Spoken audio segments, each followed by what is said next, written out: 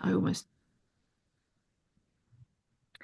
So we thought we'd jump on and just do a little video because we've just been discussing on the advanced course various different situations. I don't like the word case studies, but we've been thinking about different people that we're working with and helping and supporting, and the problems within that. We're trying to apply the training. This is the 10-day training course, the advanced training course, thinking about the trauma recovery focus model and how that actually applies to real life human situations. And the second situation that we've been exploring is one around the adoption field. And there's various different people on the course that are coming from completely different perspectives, but actually we're all sharing the same vision. So I thought we'd just jump on and record some of their excellent thoughts, because I think this is really, really important. Whether you have been adopted, whether you've adopted a child, whether you have an adopted child in your class, whether you're a therapist of an adopted child, in whatever way you are working, supporting, and being around, we need to get better at understanding the actual impact of trauma in those early, whether it was in womb life or whether it's in those early years. Often there is no words. There are no words to explain what's happened. The child isn't going to say, "Excuse me, but this happened to me." But we need to be aware of the symptoms of that and be able to very quickly, preferably under 11, help children recover from the trauma that they've experienced that they probably can't tell us about, but we might know something about from records or documents. So, Fiona, you're passionate about this and have a whole organisation about this. Could you explain that? Yeah, so I set up Passionate Adopters Targeting Change with Hope a few years ago because there's a growing community of adopters who feel frustrated about some of the elements that are going on within the system. So the core issue is that sometimes, often, frequently, the journey of the child is not really understood. And this isn't just about adoption, but it's about fostering kinship care, SGO, etc.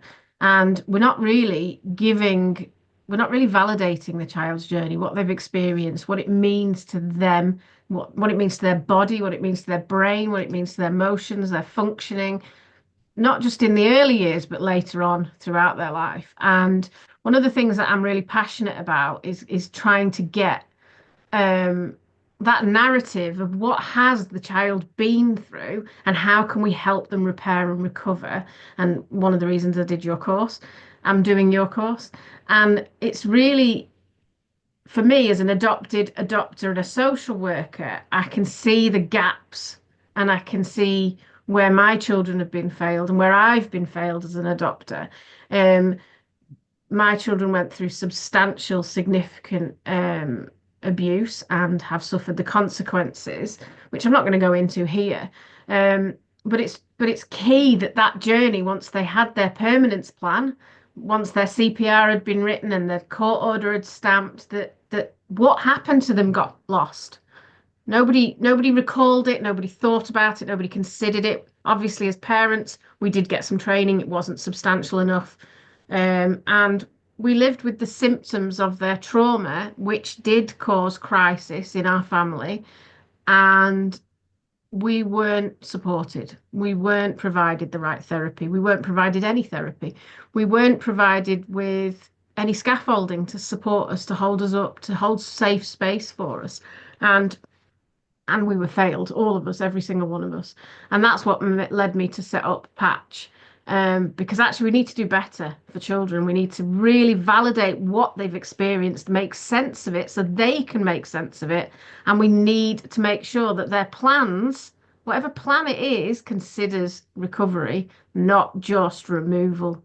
Because safety can't be something you plan for with love, or that you look at, oh yes, they've got an education, a GP, a pediatrician, a clean pillowcase. It's bigger than that, it's deeper than that, and actually it's a fluid journey, and children change and develop, and that plan needs to stay with them. um and and I just can't understand why we're not respecting their journey more. And I completely agree with that. I absolutely agree. And in all the years of working as a therapist with both supervising therapists and working myself with adopted children, I completely agree with everything you've said. And it's been a mystery to me because I'm not a social worker why this isn't understood more. But Rosie, you are a social worker and a play therapist, and you work with an excellent charity. Can you let us know what you define? Yes, so I used to work for the reparative care team in Guernsey, and we were set up to be a therapeutic service for families who were adopting and fostering. And we quickly realised that actually the best way to support those families is to think early on about how to skill up, educate, and inform those adults who are going to be having these little people join their families. So we partnered up with the team that assess adopters and foster carers, and we put together a really robust, comprehensive training program for those adults who were going to be adopting or fostering. And the idea was sort of a little bit to scare them off if they weren't the right people, because we wanted to really help them think about what it was like to be in the child's shoes in the experiences that they had before their removal from their family of origin, and what it'd be like to be placed in a new family, what that would feel like, and to think about the behaviours in terms of trauma symptoms and their trauma experiences, and understanding that they wouldn't just be grateful to be placed in a new family, but they would be bringing all of these experiences with them. And we really wanted to upskill and equip adopters and foster carers so that they felt ready and able. And we also do a visit to the families to make sure that they know about us as a team and know that we're there to offer them support on their journey. And then they can access this support at any point after the child is placed with them. And in fact, prior to the placement, if they felt like there were things that they needed to think about, we would offer that too. And then we would carry out a really comprehensive assessment of the family and the system around the child or the children. We would carry out an assessment based on NMT model by Bruce Perry. And it would be really thinking about the development of the brain of the child, their relationships, all the things that make them who they are in the context of their experiences, but also in their new family. And then come up with a plan of how we can support these families after the adoption and what they were going to need at each stage of that journey, and invite other people to be part of that plan. We talked about a therapeutic web, which would include family members and friends. So making sure that everybody who loved and cared about this child had the information they needed to be able to help them recover. And that was really the dream, was let's think about recovery. We want children to be able to flourish, and the adults also be able to flourish with them. Yeah, beautiful. And I had hoped that was more normal than it is because, Rosie, you also have been leading the Trauma Recovery Centre, which is a charity that was started apparently 14 years ago now, which is all about trauma recovery. And so I've been training you for that long to be an incredible play therapist in that role, but then you're also a social worker doing that. And I am constantly surprised that people aren't looking at all of these factors from a recovery lens. There's somebody here who has just adopted, who has had Rosie's training before she adopted. Could you just say what you've also done my training? I think you've done at least 10 or 12 days with me before, actually, even maybe more, 20 days. How has that been for you? Yeah, it has been so helpful to do the training because it kind of bursts that bubble that it's going to be this magical child joining a family, but that it is going to be hard and they're going to bring the baggage with you and with them. And now you're going to have to, like, you'll get triggered by things and you're going to have to go on a journey yourself.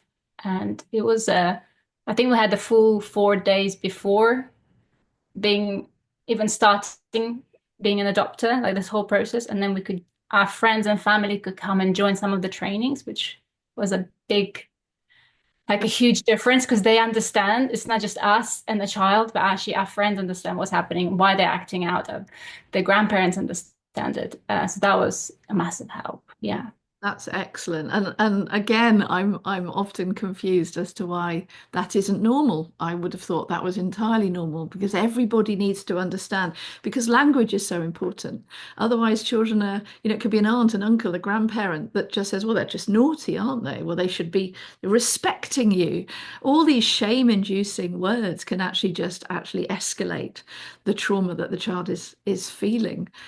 Because that's often perceived as rejection. And in fairness, it probably is a kind of rejection when people understand trauma symptoms and they understand how recovery is possible, which starts actually at the point of psychoeducation, understanding trauma.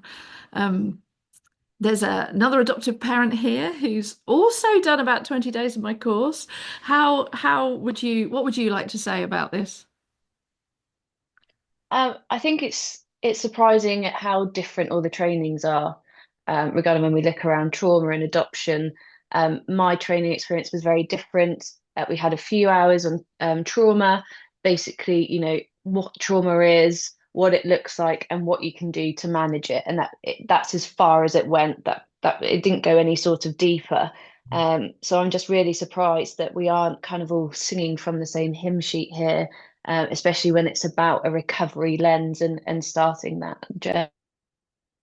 Yeah, thank you. And of course, what we know without all the big pieces of research that have been done, we already just know intuitively that when we don't put the time and the energy and the money into developmental trauma recovery, the long-term implications for everybody are just not, they're not pleasant. We need to help people that have had unfair, unjust, horrific, terrifying experiences, and we're not shaming or blaming, but when they've had those, we need to help them recover from them.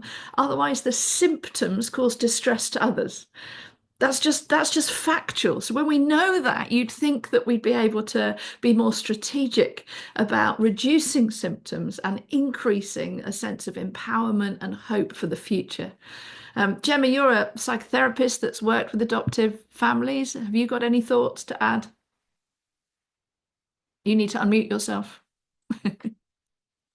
I mainly work in schools, and I've just been listening to all of you, thinking that actually a number of teachers I work with would really benefit from the training that you're discussing. I've certainly spoken to teachers who talk about the difficulties that they deal with the attachment and then the pushing away with the young people that they're trying to build a relationship with in the classroom. And that training needs to actually spread out across a number of professions. Yeah, absolutely. Yeah, completely. And that's also why I wrote this book, along with all of these books, to try and help people be able to access. I recently subscribed to somebody's blog. I've never written, I don't do blogs, but it was a lecture actually. And I thought I'd subscribe. It was £7 a month. And I thought that's a bargain. And then I realized these are £10 and you get to keep it forever.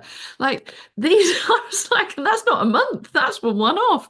These little cheap books are there designed to actually the first one that I wrote was specifically for teachers to quickly read, and I checked out and I gave it to my 10-year-old at a time that could read it in an hour so that he could quickly understand what the symptoms were of trauma, and quickly, in a very, very quick way, understand what kind of needs that a child will have who's traumatized, so that we can create cultures where traumatized children are not shamed, they're not blamed, they're not called names, they don't have like ceilings over their life, but we recognize there's a journey that needs to happen, which is a little bit like the wiggly journey that I have, that explains recovery is possible, but we need to understand what that looks like. This book tries to explain it.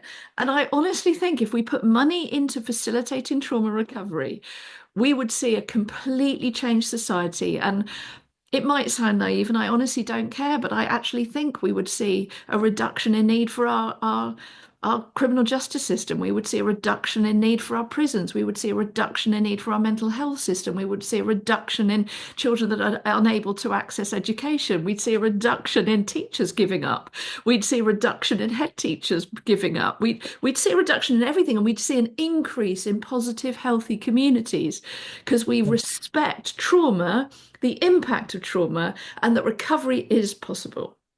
So thank you for joining me, all of you. Lovely to see you all.